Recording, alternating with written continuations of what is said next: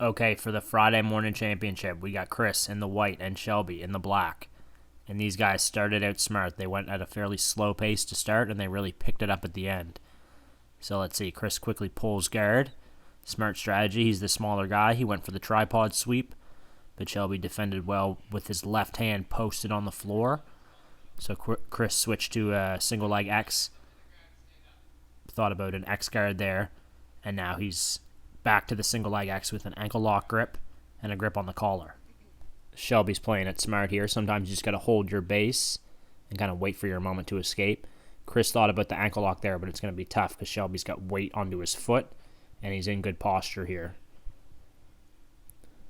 Chris tries to off-balance Shelby to his right, and now he thinks about X-guard again.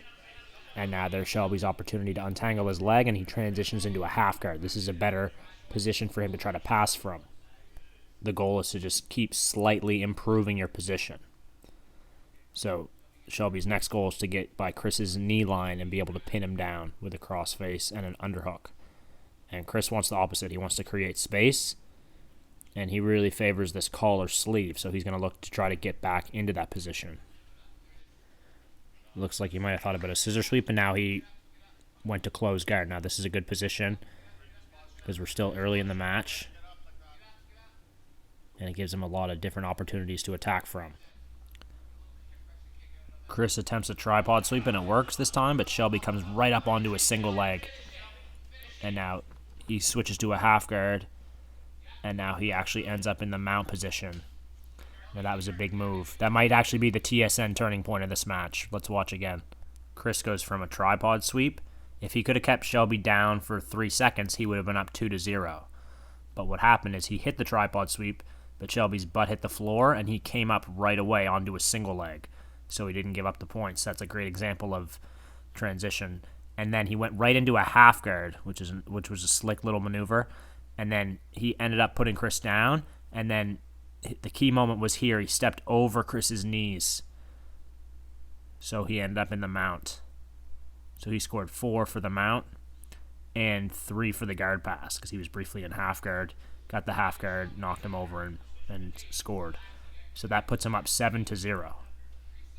See how Chris is still fighting to trap the foot, and now he's got it. So he's established the quarter guard. He has to try to turn in to face Shelby and trap his knee. So now you got to think strategy-wise. Shelby has a nice lead on the scoreboard. It's going to take multiple moves like a pass and a back take or a pass and a mount for Chris to catch up. So Shelby can take his time here, and he really should be trying to just slow the game down. But Chris still has quite a bit of time to work. We're just probably 2 or 2.5 minutes in, and his guard has been working fairly well so far. He almost was able to sweep Shelby a couple of times, but Shelby bounced back really quickly. And of course, there's always submissions in play too. So if I was Chris in this situation, I'd really be thinking about trying to get on the back. So now Chris goes to close guard. Shelby's up 7-0. Chris attempting a cross choke, but he uses that to transition to collar sleeve, and now he wants that scissor sweep, or he can transition to a De La Hiva here. Now he had tried to attempt the sweep again, but he didn't have control of Shelby's leg. Chris hit a pull again and then came up on top there with his tripod sweep. So he got himself on the board with 2 points for a sweep. Now it's 7-2. Now it looked like he thought about a guillotine. Shelby's in a deep half guard now, and he uses that to come on top, and now he puts Chris down. But remember, he's got to hold him down for 3 seconds to get his 2 points. Now he's got it. So they traded sweeps there. The score would be 9-2 with Shelby on top. Chris trying to stop that cross face from coming in, trying to keep his shoulders off the floor. Chris has a collar grip, foot on the shoulder, and now he looks like he's starting to snap on a triangle, but it looks like Shelby's hand might be in. This is a bit of a tricky situation because Chris really needs to try to attack the submission, but if Shelby's hand is in there, it's going to make it really, really pretty difficult.